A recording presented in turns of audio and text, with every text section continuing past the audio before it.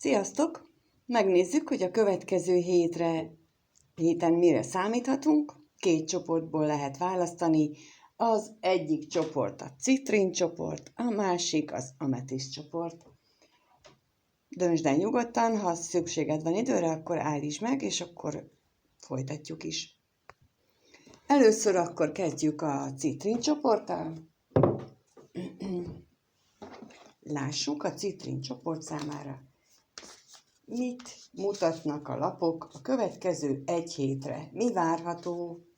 Mi várható számukra? Mi várható számukra a következő héten?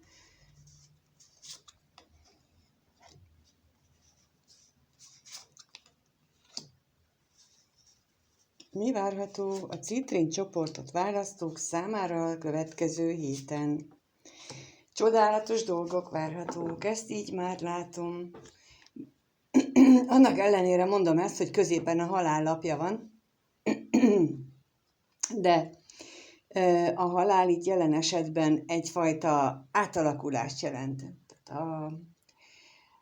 Úgy nézem például, hogy a kelyhek 3-asával indul, és az átalakulás követően egy kelyhek 10-es lesz belőle.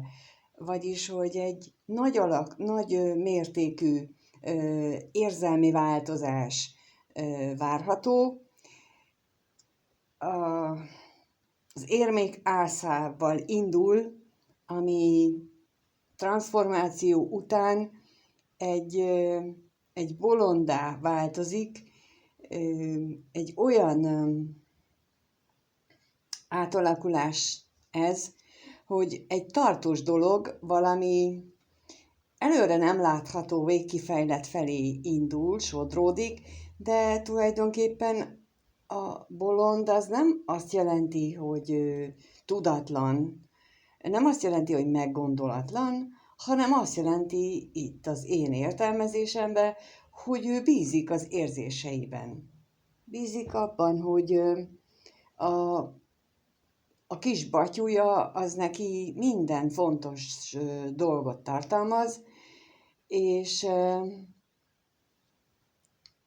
a belőle sugárzó erő még a kutyát is jókedvre derítette.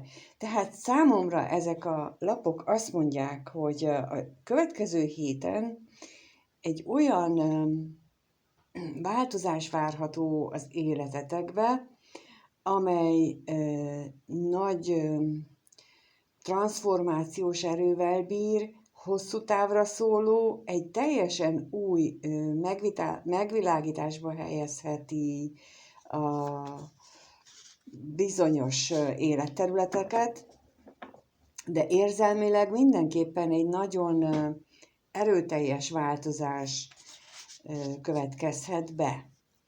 De megkérdezzük esetleg, hogy tudhatunk-e valamit mondjuk erről a kelyhek 3-asáról. Kelyhek 3-asával kapcsolatosan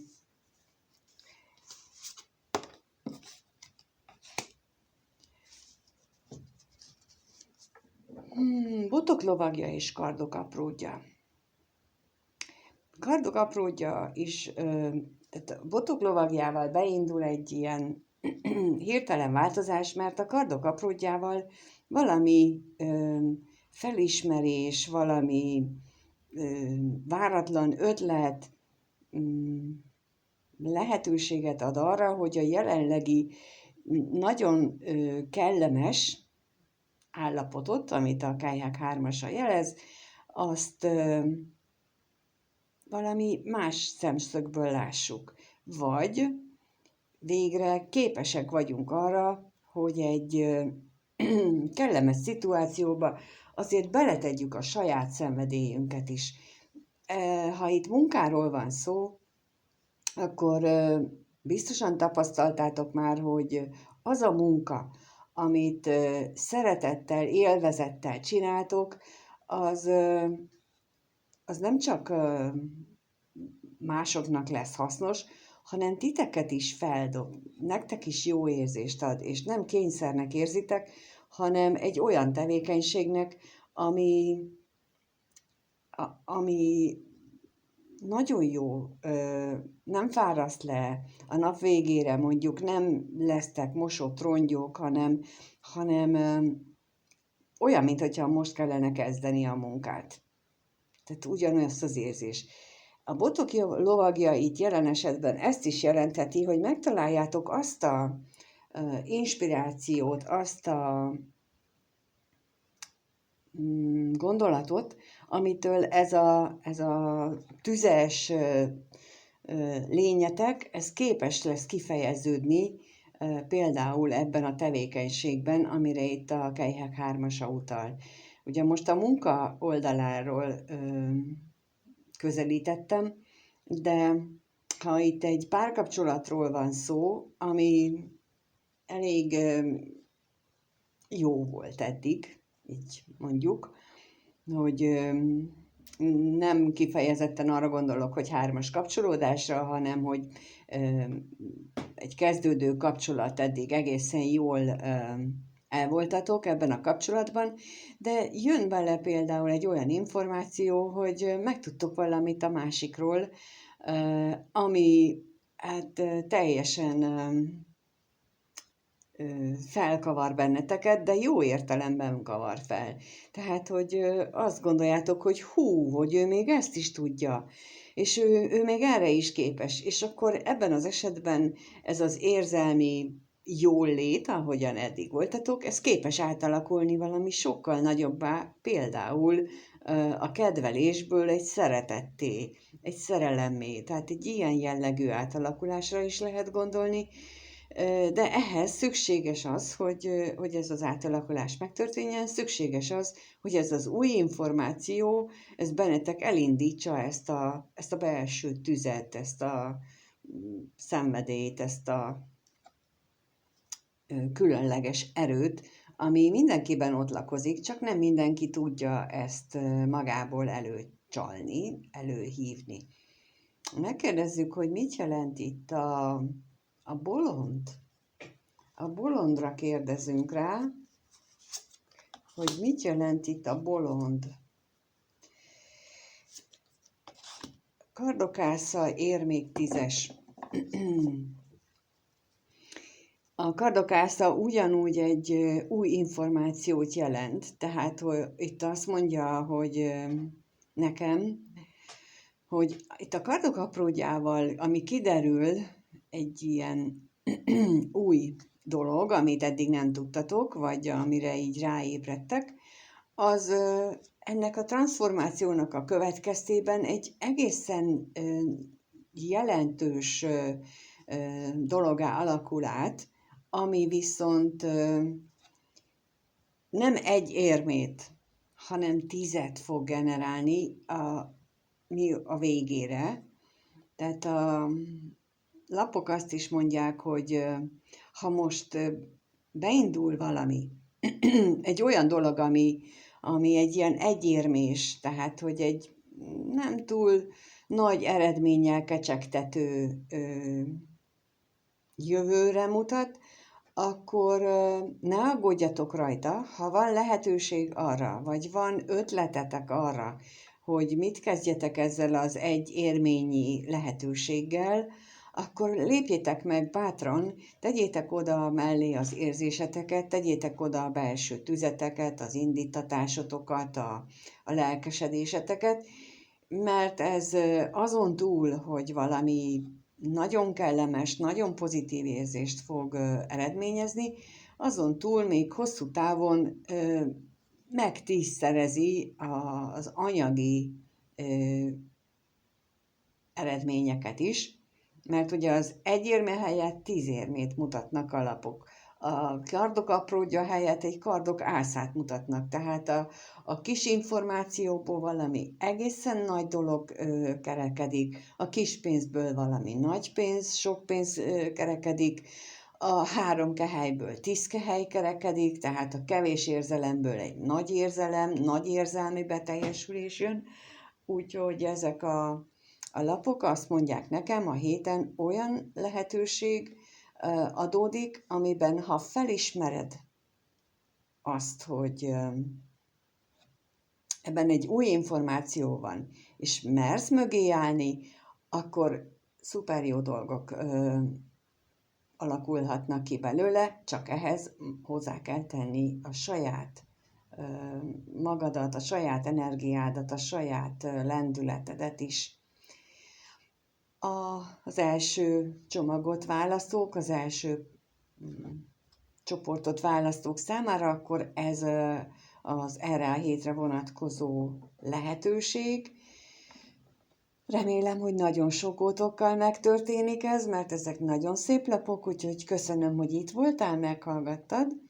Köszönöm, ha lájkolsz, feliratkozol, és megírod azt, hogy veled mi történt, vagy hogy rezonált, vagy egyáltalán te ezt hogyan, milyen szempontból értelmezted. Köszönöm még egyszer, sziasztok! Jó, akkor megnézzük a másik paklival, hogy ott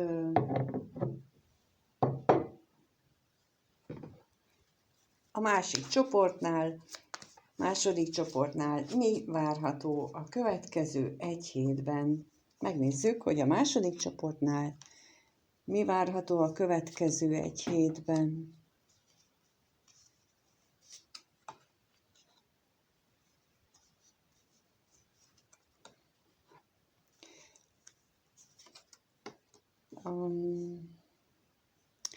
Érdekes mód, itt is a változásról beszélnek a lapok. Kijött a botokötös, mint küzdelem, a kardok hercegnője, a bolond, a botok lovagja, és a korongok kettese, mint változás. És itt a középpontban a bolond áll. A bolond, aki az új kezdeteket jelöli, aki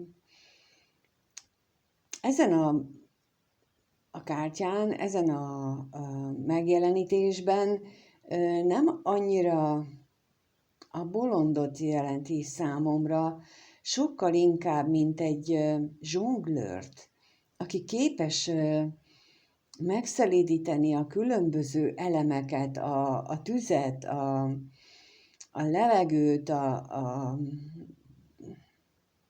az erőt, a túlzott ragaszkodást, tehát hogy ő képes ezeket így átalakítani. És azt gondolom, hogy így, ahogy így végignézem ezeket a lapokat, hogy ez is egyfajta változást mutat. Tehát a jelenlegi helyzetben mondjuk vannak a küzdelmek, vannak olyan szituációk, ahol csatákat vívunk, esetleg munkahelyen, esetleg saját magunkban, esetleg a családunkban, a barátainkkal, valami olyan küzdelmet folytatunk, amelyik nincsenek ránk jó hatással. A kardok hercegnőjének az ábrázolása ebben a kártyában nagyon sötét energiákat mutatnak. Nekem az is jön belőle, hogy egy ilyen sziszifuszi küzdelemre utal, amikor hiába csinálok valamit, holnap reggel ugyanott találom magamat, tehát egy olyan visszafele pörög a kerék, amint lefeküdtem, vagy amint nem tolom előre,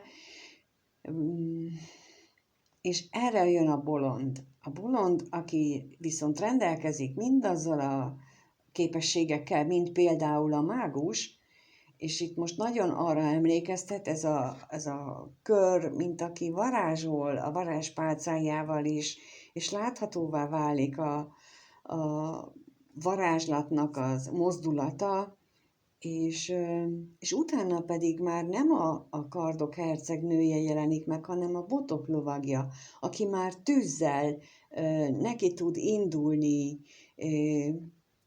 az újnak, neki tud indulni a jövőnek, és van benne lendület, van benne hit, van benne erő, bátorság, egy csomó minden van benne, ami a sötét, fekete tónusú Kardok hercegnőjével nem rendelkezik. Ez a Botok lovagja viszont igen, de ezt a bolond adja neki, ezt a lendületet. Vagyis, hogy ez azt jelenti számomra, hogy lesz olyan körülmény, lesz olyan, ér bennünket a héten olyan benyomás, ami ilyen bolond jellegű, amire csak legyintenénk elsőre, amire azt mondanánk, hogy bolondjukból bolond szél fúj, de azt tanácsolják a lapok itt nekem, hogy ne ezt az értelmét vegyük ki annak a bolondnak, hogy bolondjukból bolond szél fúj, hanem azt vegyük ki belőle, hogy ő a király bolondja volt, aki sosem volt buta, hanem pont ellenkezőleg képes volt olyan módon megfogalmazni a tanácsot a királynak, amit a király megfogadott, ha akart, viszont ha nem akarta, akkor sem sértődött meg rá. Tehát egy nagyon bölcsen, okosan osztogatta a tanácsait, és azt mondják itt a lapok, hogy ezt a megközelítést alkalmazok a bolondnál, amikor egy olyan lehetőséggel találkozunk, amire csak legyintenénk elsőre. Mert ha erre képesek vagyunk, akkor a Botok lovagja egy olyan változáshoz visz el bennünket, ahol egyensúlyba kerülhetnek a dolgaink. De megkérdezem még itt, hát ha kapunk rá információt a küzdelemre, a botok ötösére, hogy milyen területet érint ez, hogy közelebb kerüljünk esetleg hozzá, milyen területen várható itt ez a változás. És kijött rá a korongok ásza, és a hiába valósággal a kardok hetese. Igen, tehát valamilyen anyagi síkú, tehát anyagiakkal, pénzzel, munkával kapcsolatos területen, amire úgy gondoltunk eddig, hogy hiába való, vagy eddig például, ahogy a Kardok hercegnőjére is mondtam, hogy azt tapasztaltuk meg, hogy teljesen mindegy, hogy mit csináltunk, úgyis ugyanaz lett belőle, semmi nem változott, de itt a bolonddal lehetőséget kapunk a héten egy új szemszögből rálátni a dolgokra, és a tanács szerint az lenne a jó, ha ezt képes lennénk észrevenni és megragadni. És akkor megkérdezem itt az érmék kettesére, ugye ott az érmék egyese volt, itt az érmék kettese van, hogy az érmék kettesére milyen információ jön ki, milyen változás várható, ha ezt mi megtesszük. Kijött a főpap és a korongok lovagja. Nagyon érdekes, egy olyan eredményt mutatnak nekem, hogyha ezt így megtesszük, beleállunk a tüzes energiákba, a lendületbe, akkor belső intuíciónkat, hitrendszereinket tudjuk úgy átalakítani, növelni, hogy az egy nagyon stabil, hosszú távon biztos alapokat nyújtó, támogató erővé válik a számunkra. Tehát, hogyha itt azt nézem mondjuk, hogy munka szempontjából, és hogy próbáltunk esetleg változtatni rajta, próbáltunk, többféle módot kipróbáltunk, de mindig visszajutottunk oda, ahol voltunk. Most azt mondják a lapok, hogy a héten, ha jön egy új ötlet, vagy olvasunk az interneten hallunk, a tévében, vagy valahol olyan információt, ami egy új úton tudna elindítani, akkor merjünk bátran belevágni, mert ez olyan változást indukál bennünk, ami megváltoztatja a eddigi belső hozzáállásunkat, és ez hosszú távon egy nagyon stabil energiát ad nekünk, és nem csak energiát, hanem jólétet is. Én remélem, hogy ez így alakul nektek, mert én ebben látom a potenciált, hogy például az én életemre ez hogy lehetne jó, hogyha ilyen ösztönzést kapnék, úgyhogy remélem, hogy ezzel ti is így vagytok. Köszönöm, hogyha itt voltatok, megnéztétek, lájkoltok, feliratkoztok, és köszönöm, ha megírjátok, hogy ti mit láttok ebben, vagy saját életetekre ezt hogyan tudjátok lefordítani. Minden jót kívánok hozzá, és sziasztok!